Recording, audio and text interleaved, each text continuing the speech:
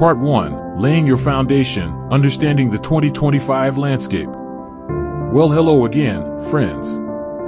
Come on in, pull up a chair. I imagine you might be sitting there with a notepad, maybe a cup of coffee just like this one, thinking about the years ahead. Specifically, how to make sure that Social Security check, that hard-earned cornerstone of so many retirements, is working for you as powerfully as it can. Especially with the changes 2025 brings. It can feel like navigating shifting sands, can't it? But don't you worry. We're going to walk through this together, step by comfortable step. Think of this as sitting down for a good, clear chat about what matters most for your benefits next year. You know, I was just talking to my neighbor, Susan. Sharp as a tack at 68, still consulting part-time. She's been hearing whispers about new rules and maximizing but felt overwhelmed trying to piece it all together online. It's like they're speaking a different language, she said. And Susan's not alone. That's why we're starting right here, right now, laying a solid foundation. Because understanding the playing field for 2025 is the absolute first step to making confident decisions. So, let's start with the big one everyone feels in their wallet, the cost of living adjustment, the COLA for 2025. We all felt prices rising these past few years, haven't we? That gallon of milk, the prescription copay, the electric bill, it adds up. The good news is, Social Security benefits are adjusted to try and keep pace with inflation. Now, the exact percentage for 2025 won't be finalized until this fall, based on the third quarter inflation data. But early estimates from reputable folks are suggesting it might be around 3%. Now, that's lower than the jumps we saw the last couple of years, which is a sign inflation is slowly cooling, but it's still a crucial increase. Why? Because even 3% on your monthly check means real dollars staying in your pocket to cover those rising costs. It's not just a number on paper, it's breathing room for your budget. Imagine that extra bit helping with groceries or the heating bill this winter. That's the COLA working for you. Keep an eye out for the official announcement around October, we'll know for sure then. Now, let's talk about something that affects many of you who are choosing, or needing, to stay in the workforce while receiving benefits, the earnings test limits for 2025. This one's important if you're under your full retirement age, FRA. We'll circle back to that superstar in a minute. If you are collecting Social Security but haven't hit your FRA yet, and you're still earning money from a job, there's a limit on how much you can make before they temporarily hold back $1 of your benefit for every $2 you earn over that limit. Confusing? It can be. Here's the key update for 2025, that earnings limit is going up. This year, 2024, the limit is $22,320. Next year, 2025, it's projected to rise to $23,760. That means you can earn nearly $1,500 more next year before any reduction kicks in. And if you reach your full retirement age during 2025, the limit is much higher, jumping to $63,240 for the months before you hit that magic FRA birthday, up from $59,520 in 2024. And crucially, once you are in the month you reach your full retirement age, the earnings test disappears. You can earn any amount after that without it touching your benefits. So, if you're planning to work part-time at the garden center, do some consulting, or keep your hand in your profession, this higher limit in 2025 gives you more flexibility, more breathing room to earn without worrying about a surprise reduction in your benefit check. Host leans in slightly, voice warm but emphasizing importance. But Susan asked a great question, what about my actual benefit amount later? Does this reduction mean I get less forever? That's a common worry, and here's the really important part to understand. No, it doesn't mean less forever. Those benefits withheld because you earned over the limit? They aren't gone. Think of it more like a temporary pause. Once you reach your full retirement age, Social Security recalculates your monthly benefit amount as if you had started collecting later. They effectively add back in those months where benefits were withheld. So, while it might temporarily feel like a pinch, it usually results in a higher monthly benefit for you later on. It's like getting a delayed boost. Which brings us beautifully to the anchor point of all Social Security planning, your full retirement age, FRA. This isn't changing in 2025, it's set based on your birth year. But understanding your exact FRA is absolutely fundamental to every decision you make about when to claim and how to maximize. For most folks watching this, born between 1943 and 1954, your FRA is 66. If you were born in 1955, it's 66 and 2 months. It gradually increases by 2 months per year until it hits 67 for anyone born in 1960 or later. Knowing your FRA is like knowing true north on your retirement compass. Claiming before your FRA means accepting a permanently reduced monthly benefit. Waiting until your FRA gets you 100% of your calculated benefit. And waiting past it? That's where the magic of delayed retirement credits comes in, and that, my friends, is a powerhouse strategy we're going to dive deep into in our next chat. Host smiles, picks up mug for a sip, setting a relaxed pace. Just like building anything strong and lasting, a good relationship, a beautiful garden, a secure retirement, it starts with understanding the ground you're standing on. Knowing the COLA is coming, even if we don't know the exact number yet, understanding those higher earnings limits if you're working, and crystallizing your own full retirement age in your mind. That's the solid foundation. It takes the mystery out of what's changing and lets you focus on what does this mean for me. Next time, we'll roll up our sleeves and get into the heart of the matter, the power of waiting, demystifying delayed retirement credits and spousal strategies for 2025. We'll look at exactly how much your benefit can grow each month you wait past your FRA, up to age 70, how this impacts spousal benefits, and why 2025 might be a particularly important year to consider your timing. It's where the real maximizing happens. Until then, maybe jot down your birth year and find your exact full retirement age. That's your homework. You can find it easily on the Social Security Administration's website. Take care, be well, and know you're taking smart steps towards securing your peace of mind. I'll see you right back here soon.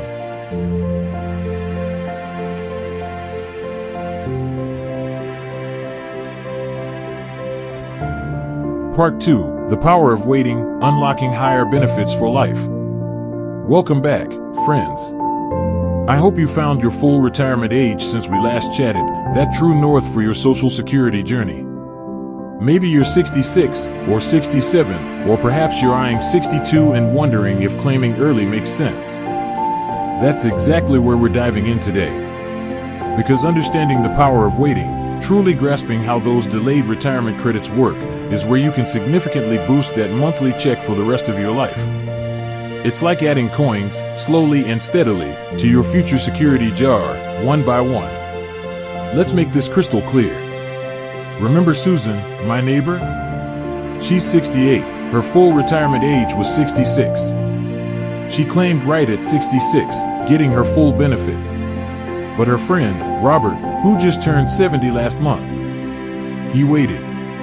Robert understood something powerful. For every single month you delay claiming Social Security past your full retirement age, your benefit increases. It's not just a tiny bump. In 2025, just like this year, that increase is 0.5% per month. Now, let's break that down so it feels real. That means waiting just 1 year past your FRA gives you an 8% increase for life. Wait 2 years? That's a 16% increase. And if you can hold off until age 70? You hit the maximum possible increase, a whopping 32% more every single month compared to what you'd have gotten at your full retirement age. Think about that. If your benefit at your FRA, say, 66, was $2,000 per month, waiting until 70 would bump it up to $2,640 per month. That's an extra $640 every month, year after year. That's real money helping cover prescriptions, grandkids' birthdays, or simply providing more breathing room. Host sets the coin jar down, leans forward earnestly. Now, Susan asked me the million-dollar question, is it really worth waiting? What if I don't live that long? It's a deeply personal calculation, and honestly, there's no one-size-fits-all answer. But here's the key principle Social Security is built on: actuarial neutrality. Essentially, the system is designed so that, on average, the total lifetime benefits received are roughly the same whether you claim early, on time, or late. Claim early? You get more smaller checks for potentially more years. Claim late? You get fewer but significantly larger checks. The break-even point, where the total money received from waiting catches up to claiming early, usually falls somewhere between ages 78 and 83, depending on your specific benefit amounts. So, how do you decide? Consider your health, your family history, your other income sources, pension, savings, and frankly, your need. If you need the income now to cover essentials, claiming earlier makes sense. But if you have other resources and reasonably good health, that guaranteed, inflation-adjusted 8% per year growth by waiting is incredibly hard to beat anywhere else. It's a risk-free raise for life. For 2025, this strategy remains one of the most powerful tools in your toolbox. Host shifts slightly, tone becomes gently inclusive. And this brings us beautifully to another crucial layer, especially if you're married, widowed, or divorced, spousal and survivor benefits. The decisions you make about when you claim don't just affect you, they can significantly impact your spouse, both now and in the future. The rules here are intricate, but let's focus on the 2025 essentials that tie into our power of waiting theme. First, spousal benefits. If you're married, your spouse, even if they never worked, could be eligible for up to 50% of your primary insurance amount, PIA. That's your benefit amount at your full retirement age. But, and this is critical, your spouse can only get that full 50% if you have claimed your benefits and they have reached their own full retirement age. If they claim spousal benefits before their FRA, their amount is reduced. Importantly, your decision to delay your benefit past your FRA does not increase the spousal benefit. The spousal benefit is always based on your PIA, your FRA amount. So, if your spouse is relying on a spousal benefit, your delay only boosts your check, not theirs. You need to weigh this timing carefully. Now, here's where waiting becomes incredibly powerful again: survivor benefits. If you are the higher earner in the marriage and you pass away, your surviving spouse will receive your full benefit amount, including any delayed retirement credits you earned. Let that sink in. If you delayed until 70 and boosted your benefit by 32%, that entire higher amount becomes the survivor benefit your spouse will receive for the rest of their life. This is often the single most compelling reason for the higher earner to delay. It's not just maximizing your income, it's providing the maximum possible, guaranteed, inflation-protected income for your surviving spouse. In 2025, this protection remains paramount. Host pauses, takes a sip of water, then continues thoughtfully.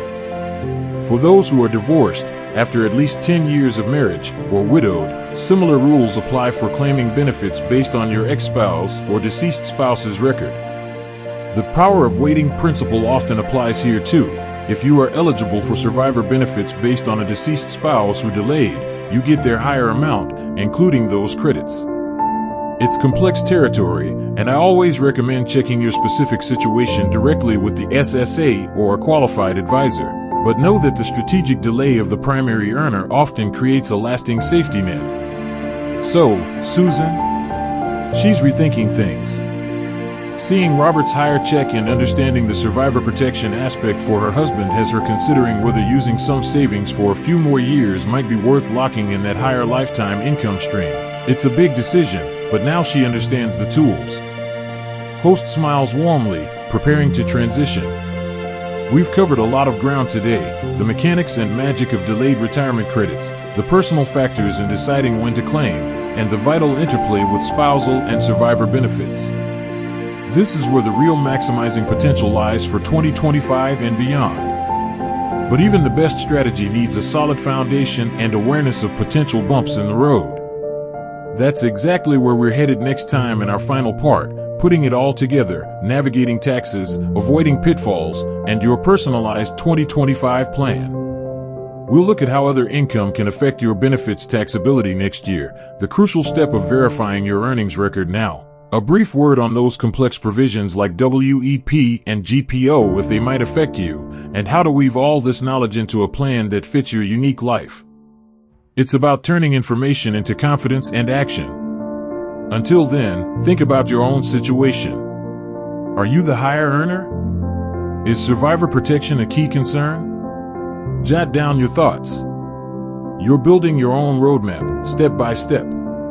Take good care. And I'll see you back here soon for the final piece of the puzzle.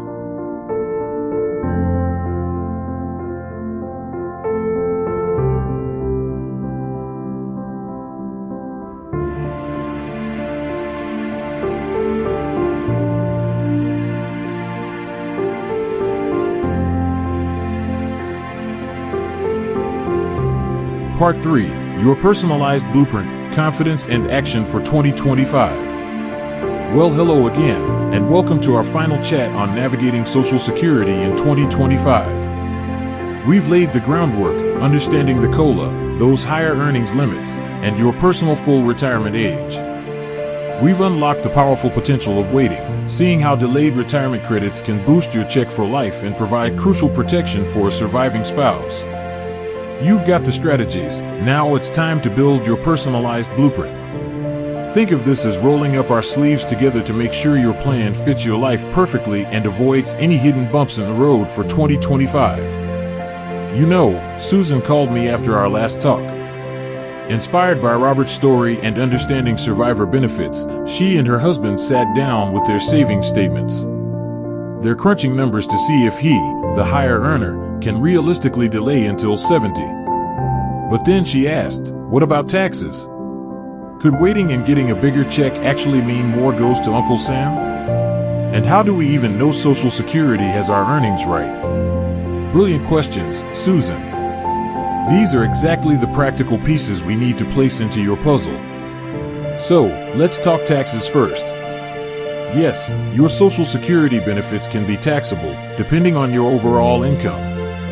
It's not that Social Security taxes the money they send you, but the IRS looks at your combined income, which is your adjusted gross income, AGI, plus any tax-exempt interest, like from municipal bonds, plus half of your Social Security benefits.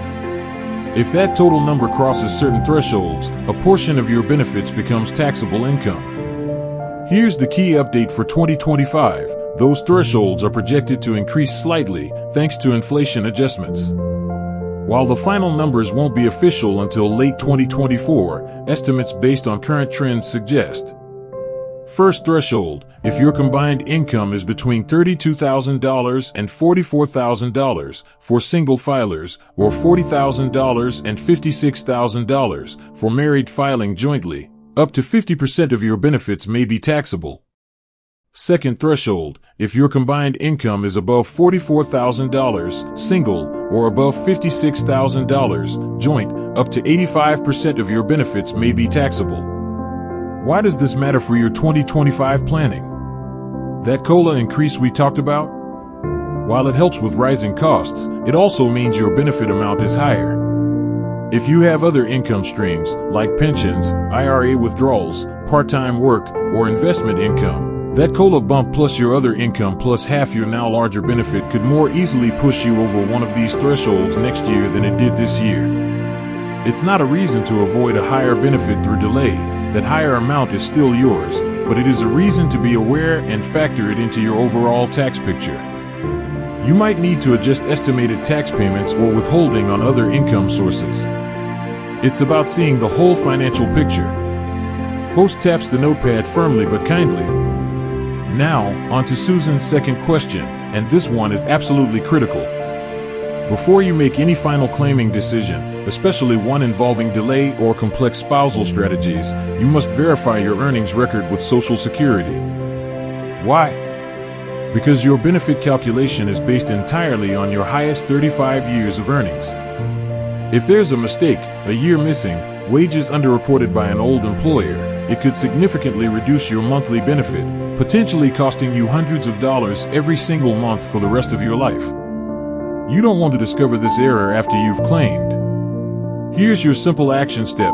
Go online right now or call 1-800-772-1213 and request your Social Security statement. You can create or log into your My Social Security account at ssa.gov. It's secure and the fastest way. Your statement shows your estimated benefits at different claiming ages and your complete earnings history. Scrutinize that earnings history year by year. Does it match your old W-2s or tax returns? If you see a 0 for a year you know you worked, or a number that looks far too low, gather your proof, W-2s, tax returns, and contact Social Security to get it corrected. Fixing this now could be the single most impactful step you take to maximize your benefit. Don't put this off. Host's tone becomes gently serious for a specific group. For some of you watching, especially if you earned a pension from work not covered by Social Security, like many teachers, police officers, firefighters, or other government employees, there are two rules that could significantly reduce your Social Security benefit: the Windfall Elimination Provision, WEP, and the Government Pension Offset, GPO. These are complex, but you need to know if they apply to you. WEP primarily affects your own retirement benefit if you have a non-covered pension and also qualify for Social Security based on other jobs where you did pay in. It modifies the formula, often resulting in a lower Social Security benefit. The reduction has a maximum limit. GPO primarily affects spousal or survivor benefits. If you receive a non-covered government pension, your spousal or survivor benefit could be reduced by up to 2/3 of the amount of your government pension. Important for 2025, there is ongoing discussion in Congress about modifying or repealing WEP/GPO, but no changes have been enacted yet for 2025. You must plan based on the current rules. If you think WEP or GPO might apply to you, use the special calculators on the ssa.gov website, search WEP/GPO calculator, or consult a financial advisor specializing in these provisions. Ignoring this could lead to a very unpleasant surprise. All right, friends. We've covered a vast landscape together, from the 2025 COLA and earnings limits, through the powerful decision of when to claim and how it impacts spouses and survivors, down to the practicalities of taxes, verifying your record, and those special provisions. Now, how do you weave this all into your confident 2025 plan? Gather your intel, get your My Social Security statement. Verify your earnings. Know your estimated benefit amounts at 62, your FRA, and 70. Assess your whole picture, honestly evaluate your health, family longevity, other income sources, pensions, savings, part-time work, and debts. How much do you need monthly? How much safety margin do you want? Consider your household. Are you married? Who is the higher earner? How important is maximizing the survivor benefit? What's your spouse's situation? Factor in taxes, estimate your 2025 combined income. Could the COLA push you into a higher taxability bracket for benefits? Plan accordingly. Check WEP/GPO, if applicable, understand the impact. Use the tools. The SSA website has excellent calculators. Input your numbers. See the difference claiming at 66 versus 67 versus 70 makes over your potential lifetime. See how spousal benefits work with your specific ages and earnings records. Seek clarification if the details feel overwhelming or your situation is complex. Divorce, self-employment, WEP/GPO.